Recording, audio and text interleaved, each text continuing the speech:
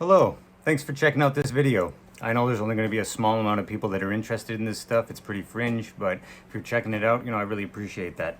I'm trying to create a little book club and a movie club through my channel because I'm very, very passionate about cinema, and I'm very passionate about literature, obviously, and I'm really big on film studies. And my degrees are in English Lit and journalism, but while I was in university, I took a lot of film courses, and I think they're very valuable. So stuff I like to talk about. I want to talk a little bit today about human nature and tribalism, and as expressed through some films and a book I want to recommend to you guys, and make a few points, because I do read the comments that people leave on all my videos, and I think that a lot of people are really, really confused about aspects of human nature, and I think all of this stuff has direct political implications, because a lot of people, and especially right-wing people, want to talk about human nature, but they're not sophisticated enough to know what they're talking about, literally. And a lot of things that they think are human nature are just not. They're cultural constructs, or they're just confused about something. So there's some ideas I want to talk about. Also, a theme that I've been really getting into on this channel is alienation. People know I'm a big fan of Marx. I like to read Marxism because he predicted a world of alienation that would come through capitalism, which is, in my opinion, a very unnatural social organization system. So everything in this channel might seem kind of random, but it's not. It all kind of makes a cohesive point. In my next video, I'll be talking about Blade Runner and cyberpunk, and I love that. I love cyberpunk, and I think that it's my favorite genre of science fiction. Mostly because it accurately kind of predicted the world that capitalism is bringing us into, which is late-stage capitalism, dystopian shithole kind of Blade Runner world. But that'll be in the next video. That'll also be talking about alienation. And here in the West, I live in Canada. I feel very alienated by the culture here, extremely alienated. And I think that this environment that we've created is very novel, and it's not in step with our evolutionary background, and that's why so many people are mentally ill, and that's why people struggle. I myself don't consider myself mentally ill at all, but I do feel alienated, and I feel lonely a lot as a natural consequence of our system, which is designed this way really to atomize us all so that we can't be politically cohesive. And a lot of people on the right, they want to complain about cultural decline and all these things that they feel, these grievances they have, but they simultaneously insist on an economic paradigm where we're all atomized, competing individuals. It's very strange. So I do have some quickly explain these movies and books that I want to recommend to people. And I'm sort of developing some kind of course. I do feel like I don't fit in where I am. I'm almost 40 years old, and I really feel like I should be in a university setting, but it didn't work out that way. So at heart, though, I feel like an academic, and I want to talk about some of this stuff. And so there's these 3 movies I want to recommend in a book, and then I'll explain why. And I think that they should be discussed or watched in a certain chronological order, and then we could discuss them. I really miss being in university and the structure of those classes, and the way we would talk about a book or a film and analyze it and then argue about it and that sort of thing. But the first thing I want to say is I wish everybody would watch this movie, Quest for Fire. It's awesome. It's one of my favorite movies. It's just a badass example of cool filmmaking with a great story, but it was considered a science fantasy epic, but really it's extremely accurate in a lot of ways. And it's a movie about cavemen, basically. It takes place 80,000 years ago, and it's about a group of Homo sapiens. I believe the main characters are Homo sapiens, and they are competing. They're in Europe, and it shows so many aspects of our evolutionary background are depicted accurately in this movie, and that's why I wish that more people would watch it. Ron Perlman's in it. If you know who Ron Perlman is, he was like Hellboy. He looks like a caveman, right? So it's great casting in this movie. But this movie, it depicts so many things. It depicts our ancestors, how there were different roaming groups of humans, but there's subspecies of humanoids too, and Neanderthals, Cro-Magnon man, and so it depicts a bunch of stuff, but mainly it shows that we are tribal species and deeply tribal, and these are when we were in very small groups. There are very small amounts of our ancestors existing at one point in time. We wouldn't have existed and evolved into what we are today without a bunch of luck from climate change, but also just a lot of our as a complex mammal, a lot of our social stuff that we evolved that isn't really understood anymore. So this movie is awesome because it depicts one group coming into contact with another. Well, actually, it's the hero's journey, really, the whole story arc. In the beginning, there's a small amount of humans living in a cave in Europe, and they get attacked by another species of ape-like people, which are I think Neanderthals in the beginning. and they're way more primitive. They don't wear, the Neanderthals are not wearing. Now, keep in mind, some of this stuff should be updated because it's from 1981, but a lot of it is still really accurate. This little tribe has fire.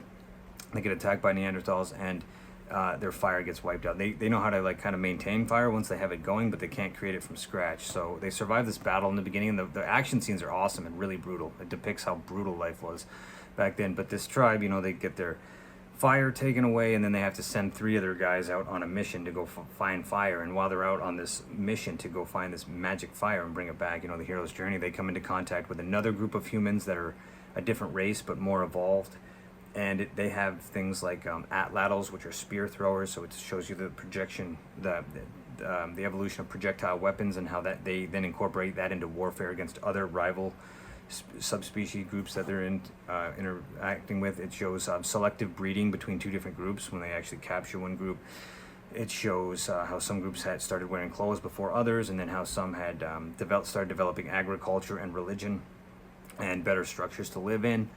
It shows how all of that stuff it's all depicted in this movie, and it's a great movie in that sense, because it really, if you watch it, you see a depiction of the struggle of these tribes and how they've interacted with other groups and mixed and taken away things culturally, and then like diffused it in other ways, and really just shows our own evolution. Like these guys, this movie was a success in 1981.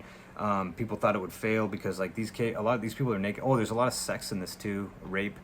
But even the rape scenes are really educational and should be talked about, because it shows like patriarchy and dominance, and in a strange way, because these people are basically half animal and half modern human. Like they're more like animals in a certain way, so the concept of rape is different to them. But women are definitely objects that the men are you know, they're objectifying, and they take them like, you know, different tribes are taking the women for breeding purposes or whatever. But there's a bunch of really neat stuff in this movie. So if people are interested, I can make a whole nother video just on this movie. But I think this movie should be watched and then discussed. And then the next movie that I would recommend that I really love is Apocalypto by Mel Gibson. Now this is jumping forward in time significantly, because this is us like 80,000 years ago, and then you jump up to just a few hundred years ago. And that's the whole reason I want people to watch this, though, because people are up until like in the 1600s, even though we don't, you know, everything that was going on in Europe, never mind that, and the Americas, people are still living Stone Age lives.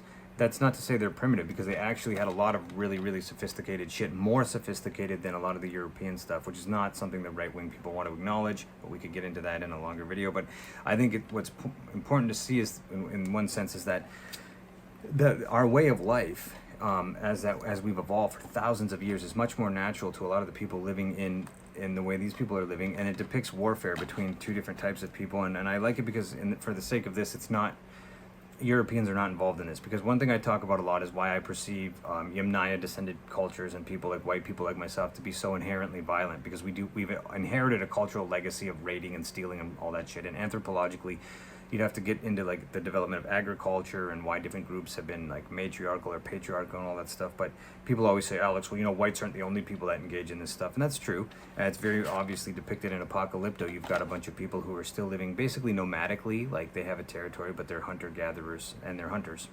And then they come into problems when these other people have become agriculturalists, and they've actually formed like a civilization where they have control of this land, and they go and they start to raid other people and take them as slaves, and it's really brutal. And in my heart, like I feel like more like a Native American person than a Western person. I know I'm as white as you can be, but in my heart, like I just don't vibe with like Western white stuffy culture, and I feel like I want to be out living more like a tribal life. And the good guys in this film, the protagonists, are the people that are just minding their own fucking business, living naturally in harmony with nature, and they have, you know, families and wives, and they love each other, and they're small, cohesive, close-knit groups that survive together as a group, and that's the right thing to do. And they have the moral high ground in this movie, because they're not trying to conquer and enslave other people.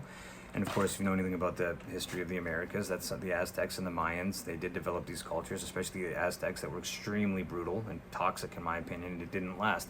I think a lot of cultures got wiped out by contact with Europeans, but I think it's also important to talk about why the Aztec Empire was in full decline before the whites showed up They obviously, the whites accelerated what was going on significantly, but it wasn't like everything was thriving and then white people showed up and just wiped them out. They had serious problems of their own, which come from things like, when we shift from hunter-gatherer to agriculturalism, that brings problems with it, land ownership, stuff like that. And even today, when people talk about capitalism and Marxism and stuff, I think it's relevant to think about our human nature and the fact that, like, the kind of land ownership that we think about today is really not part of our actual human nature.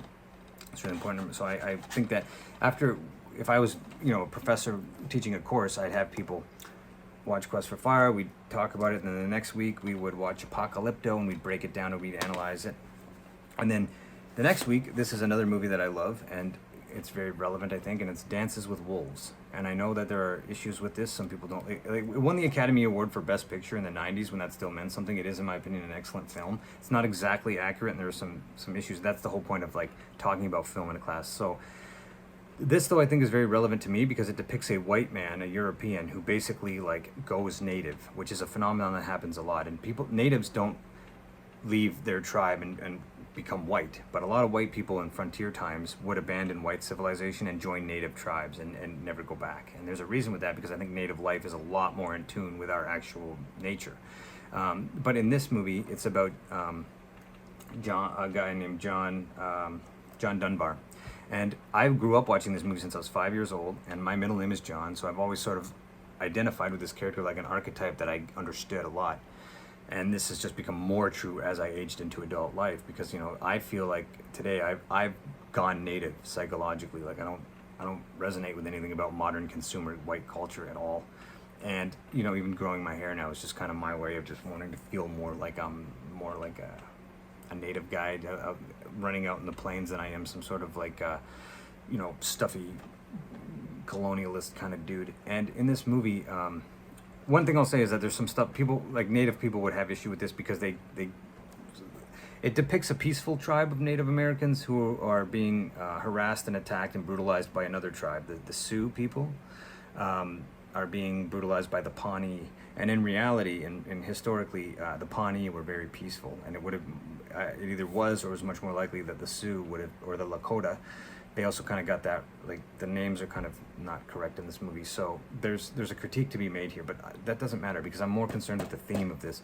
John Dunbar basically abandons white civilization during the Civil War because they were going to amputate his leg, and he'd had enough of this, and he goes to live on his own. This thing about white people too, we abandon society, and we often become atomized, but we don't realize, like, that's not good for our mental health. Like, he's basically suicidal, right? So he goes out to live in the frontier alone, and he's rejecting white culture, and then he slowly comes into contact with this other tribe of peaceful natives and eventually becomes assimilated into their tribe.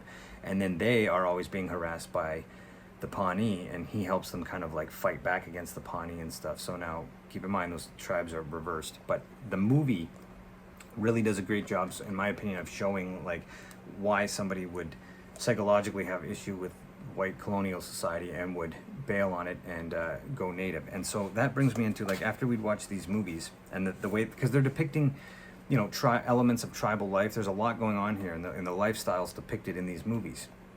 And again, just like in Apocalypto, you've got one bad tribe of people who are brutalizing the other, and then you've got these good people. It's the same thing in this term. Like, so people, like, when people say, because a lot of this comes down to white people justifying like white colonialism by saying it's human nature and everybody like conquers everybody and everyone is fine, and that's not true. There's always been like peaceful people that are trying to struggle to exist, that have to deal with these more violent people, and I'm saying that these people have the moral high ground on the conquerors and stuff. They're not trying to enslave and conquer other people, and most of modern civilization is literally built on slavery, which is why we've inherited a legacy that's actually very immoral, and people don't want to acknowledge that. But anyway, this movie really does a great job of showing not only the brutality of some native people and the goodness of other native people, but just white colonial attitudes and what not only did we come to this continent and of course like wipe out the indigenous people, but we just took a beautiful continent full of nature and turned it into like a grotesque shopping mall, paved concrete hellhole that's turning in just a few centuries turning into a Blade Runner dystopia, and it's not sustainable. And I think that's worth talking about. So these three films are awesome. I mean, they've all got, and if you just want to see cool movies with like action scenes and cool shit, and just watch them. They're entertaining, but there's also a lot to gain from watching these kind of movies. And then I would supplement these by reading this book, Tribe, on Homecoming and Belonging by Sebastian Junger, which is very short. It's more, you could read it in a couple days. It's really just a long essay. So as an intellectual, if I can't get people to like even read like a small book like this, then I don't know what to tell you guys. Like, don't argue with me if you don't have the time to even read one little book. But I really wish people would, because this is a white guy, and he's a war veteran. He's served in combat. He's faced situations where he was in combat, assumed he was going to die, completely psychologically dissociated, given up, accepted I'm about to die, and then somehow survived and come home. It's very traumatic. He's had PTSD and recovered from him. But he noticed a lot about human nature, and this book deals with two questions. One he raised in the book is like, why is it that military men who are in the army, after they leave the army, they come back to civilian life and they can't handle it, and they'd rather go back to the army and just be in the army with their fellow soldiers, and even if they're going to die in combat, then just live here. And why is that? It's intriguing, right? Also, the question is raised, why do whites tend to abandon white society and go native, but not the other way around? The answers he comes up with basically is, like I said, like the native way of living is just a lot more in tune with our actual nature as a tribal species, and the things that we mean, and the fact that we need meaning. Right? White people have a harder time understanding this, in my opinion, than a lot of other people that are more tribal, that know that the importance of community. Now, obviously, society needs to be a balance, because I'm a hyper, like in a weird way, like I'm self-aware of this. I'm saying we need a synthesis of community and individualism. That's what we require, because I can't myself. I'm not a huge conformist. I'm not saying that we all need to just like surrender everything to the tribe. It's really important that we do use our own free will when you get metaconscious to be an individual. But you have to also like think about this in the context of capitalism, which is a paradigm of like ruthless competition, atomization, and putting. The thing with capitalism is it can be summed up by property and profits before people, and whereas I would say that I would just say socialism is people before property or possessions. Like at the end of the day, people matter more than objects, and the welfare of the greater good of the general people, like there shouldn't be any billionaires when there's so many people starving, right? Like this whole system is totally fucked, in my opinion. And in this book it talks a lot about this stuff, and it also has a lot of insights as well on masculinity that gets lost in today, because he talks about a Canadian example where a bunch of men were in a coal mine in Nova Scotia, and there was a big accident, and they all got trapped deep down in this coal mine, and it showed this is an insight that I wish more men had. In the first 48 hours of this crisis, a type of man rose up as the alpha male, and was a type of A personality that took over and sort of became the leader, and was trying to get out of this thing. And this has been replicated in different things, because we all take on, there's like a masculine and a feminine kind of balance going on in people, and when humans get isolated, so there's only one sex, like there are no women, there's only men, these different dynamics will naturally come out. And what happened with in this coal mine is, after 48 hours, that initial type of alpha male that rose up burnt out. They have their own traits which are good, but they are not good overall. And this another type of man had to step up into that role after 48 hours. That was more about keeping morale going. That was more emotionally intelligent, better at like managing the group as a group, to keep them like from literally all going insane. The first type, which I would think more I associate with like the Conor McGregor mindset, or the Andrew Tate, like those kind of hyper alphas, like they burn out relatively quickly within the first 48 hours. So that's just this interesting insight. Like I don't have time to keep in this video to really elaborate on that. That's why I'm saying you should just read the book. But I really think that men would benefit more from watching these kind of movies that start way back and really demonstrate like human evolution. Because like, keep in mind, we are an evolved ape, right? I'm not an evangelical Christian or anything nutty like that, so I don't think that like God snapped his fingers and we're separate from nature. We are an ape that evolved into this. And it's been quite a development, and it's really interesting. And if you can appreciate our background, you would understand why this modern world doesn't really work for people, why it's not working, and why it's really cancerous. And there's a lot, like, these movies are not Apocalypto, and they're not completely historically accurate. Those things should be discussed when you're watching them, but they really do demonstrate, in my opinion, how important it is to understand that we are a tribal animal, and that mental health really does come down to needing a loving people in your life and feeling like you have connection beyond yourself. We're not atomized individuals, and this book by Sebastian Junger is excellent too on bringing this point home, and just a lot of cool insights about human nature. And you know, when Europeans have come into contact with Aboriginal people and other people around the world, like the interesting clashes between culture. And I like to think a lot about this too. Like, I don't have the taboos. Like, I'm a lot more. They talks a lot about, you know, sexuality of the Aboriginals. They're not, when the whites showed up trying to force them into becoming Christian, they had to, you know, monogamous marriage and all that. Those are mostly economic constructs. And how fucking weird Christianity is. Like, if you have a spirituality that's more in tune with nature, and you see like Mother Nature as a living thing, like even Plato in Greece, you know, the anima mundi concept, like the earth has a consciousness, nature is intelligent. I personally believe that. If you have this kind of spirituality, and then a bunch of stuffy white people show up, and they've got, you know, they're showing you images of like a Jewish guy literally nailed to a cross, and they're telling you that you have to be monogamous for life with one person and all this other stuff, they're going to just instantly be like, what the fuck is wrong with whitey here? These people are fucking weird, right? And it's just interesting, if you have self-awareness, to think about this stuff. Also, like, it depicts in Apocalypto human sacrifice, which has been a part of human nature for a long time. And a lot of Europeans, I know, they tend to say, well, we're so much better than them because we didn't do human sacrifice or anything. But one thing I would point out to people is, if you know anything about Christianity, like, human sacrifice is so subconsciously a part of European nature, that Christianity is it's a religion based around literally turning God into a human and then sacrificing that person for the greater good of everyone else. It's actually really psychologically complex and weird when you break it down, but these are things that I think are worth talking about. So this video is just meant to kind of recommend these 3 videos and this book. And if anyone's interested in this stuff, please leave comments, because on some way, like, I feel like I'd like to develop a type of course.